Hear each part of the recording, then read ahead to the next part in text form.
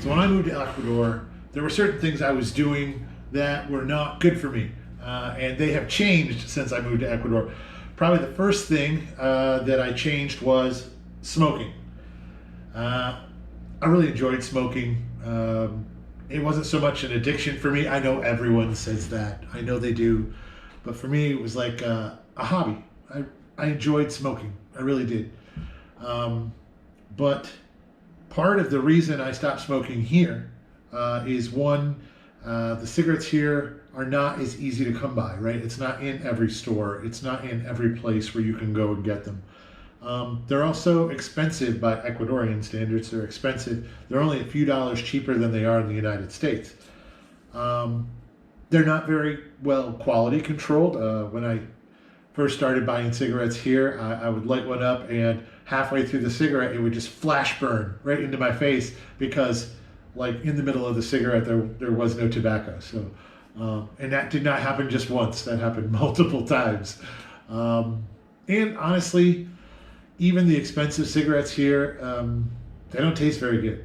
Now, they're not what I'm used to, and part of that broke my habit. The fact that it wasn't it wasn't the flavor I was used to. It wasn't the feel I was used to. None of it. And by breaking that pattern, it broke the pattern of me wanting to smoke. And they smelled. Man, it's funny because when I was in the U.S., I didn't think cigarettes smelled bad, and now.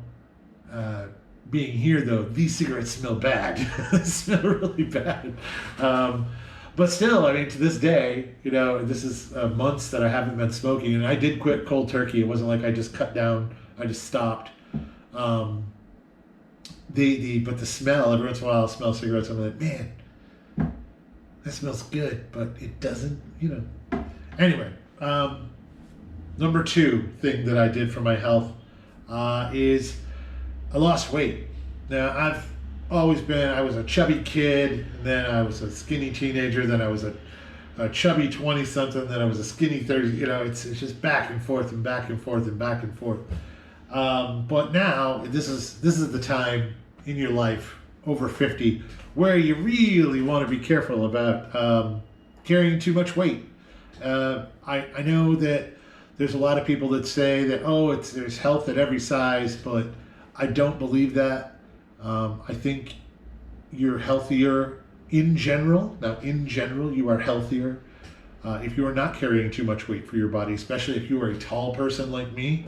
Our joints are just, they can't handle all the extra weight. I felt it. I have felt it throughout my 40s, and I'm done with it. So I started losing weight. It started due to the stress of being here, of moving here, being too busy to do meal planning like I normally do. So I ended up skipping meals, and just that started me losing weight. I also got sick. Yes, big surprise. Ecuador's got different stuff and maybe not quite as clean as things in the U.S. But I got sick. That turned me off of food for nearly a week, honestly. So I decided that after that, I'm going to go back to eating keto. And my wife said she wanted to do the same thing. So we had done keto before. I had lost 96 pounds doing keto. And I felt great, and I kept it off for 2 years. And then I just slowly started eking back up because I stopped doing keto. Around the holidays, it's hard, right? It's hard. And I decided I didn't really care because I was keeping it off. And then it just creeps up on you, it just creeps up on you. And so I got big. I got real big again. I got to be 300 pounds. And I'm sure it was more than that, but I stopped weighing myself after I realized I was 300 pounds. But eating keto here is actually pretty easy. The meats and vegetables are mostly organic here. They're definitely not farmed in the same way as they are in the U.S. You're not going to find a lot of preservatives if you're buying at like the Mercado. You're not going to find processed foods at the Mercado, hardly at all. And things like soybeans. And I know a lot of people think, oh, soybeans aren't bad for you. No, they're not bad for you, but when they're processed and put into processed foods, it's a whole different animal, right? It's a whole different thing. And the same thing with corn. They put corn into everything in the United States too. Highly processed foods usually start with soybeans or corn, and then they just make them into whatever franken food they want to. Yes, I'm one of those people that uses the word franken food because I know. I've done it, I've seen it, and I've seen what getting rid of them can do for you. So, so here it's a lot easier. You're not going to find them. You can't find them. And we eat keto here. I also do intermittent fasting, which we're down to 1 meal a day. Both me and my wife have lost significant amounts of weight, not dangerous amounts of weight. We both feel fantastic, feel really, really, really good. I've even lost a shoe size. Yeah, think about that. But that's something I've done for my health. My joints feel better. I'm not getting as many sunburns, which is really weird. My hair feels better. All sorts of weird stuff. I'll probably do a whole video on all the weird things that come from losing weight and eating keto. And yeah, not going to be scientific. It's going to be just my experience and my wife's experience. We're two different people. We kind of have some of the same experiences though. So beyond the joint issues, I also had some breathing issues. Basically,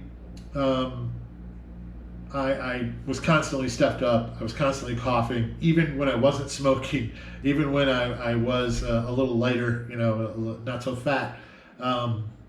So I do partially attribute my change in breathing problems to weight loss. It's also a change in climate, obviously.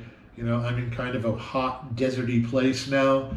And it's gone away. I don't cough. I don't snore again due to the weight loss, probably. But it also affects the rest of the day when I don't snore. I don't have the problem where I would get phlegmy after eating. I know these are all weird problems. Again, I'll talk about them somewhere. Also, I'm not sitting in a car and commuting 3 hours a day. I'm getting up and walking around. I'm also not slipping on the ice, which is very helpful for my body.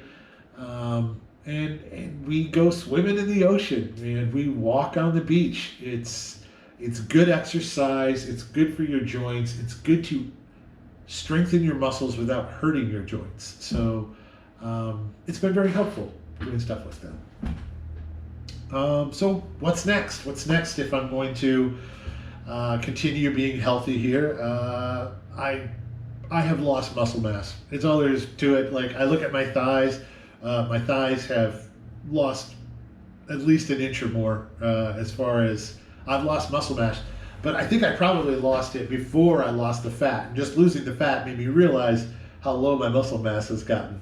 I'm still strong, so I'm going to probably start lifting again. Lifting weights is the best, honestly. Going for long walks, swimming, lifting weights. As far as being an older person and not wanting to hurt yourself, these are the things that have worked really well for me. They got me strong, they made me feel good. The other thing is riding a bicycle. I don't have a bicycle here. I would like to get a bicycle here. There's all sorts of things to think about having a bicycle here. You are the least respected person on the road if you are on a bicycle, so I would need to find bike paths, things like that to be on. Gyms are here in Ecuador. They are expensive. You're not going to find a Planet Fitness here in Ecuador. And if you did, there's no way they're going to charge you $10 a month. They're going to charge you a lot more than that. I did find a place that has all the same machines as like a Planet Fitness, but it's $45 a month. And that's the cheap part. It's actually $55 if you want to pay month to month. So I'm considering that. I'm thinking about that. I'm also considering, hey, maybe I'll have the maestro who does work on our house just build me some weights out of rebar and concrete. Why not? But I'm going to keep eating well. I'm going to keep eating this way. It's easy. All sorts of funny things when I did intermittent fasting, which means we eat 1 meal a day. We have a 2-hour eating window. I have like no food waste. I have a low grocery bill, and we are doing just fine. Like we are never hungry. We are never like, oh, I'm starving all day. we have completely adapted within a month of starting just doing intermittent fasting on keto. We have completely adapted. Neither one of us is like hungry during the middle of the day, and if we are, we'll have like a handful of nuts and we're done. I'm also going to look into probably some body weight exercises. If you've seen some of my other videos, you'll see that I'm also a lifelong learner. I get really into learning new stuff. It can sometimes be a detriment if I'm not careful. And I am going to be healthier in my 50s than I have been my entire life. That's the goal. That is the goal. But don't focus on the goal. Focus on the process. Don't focus on the goal. Focus on the processes to get you there. All right. I will talk to you later.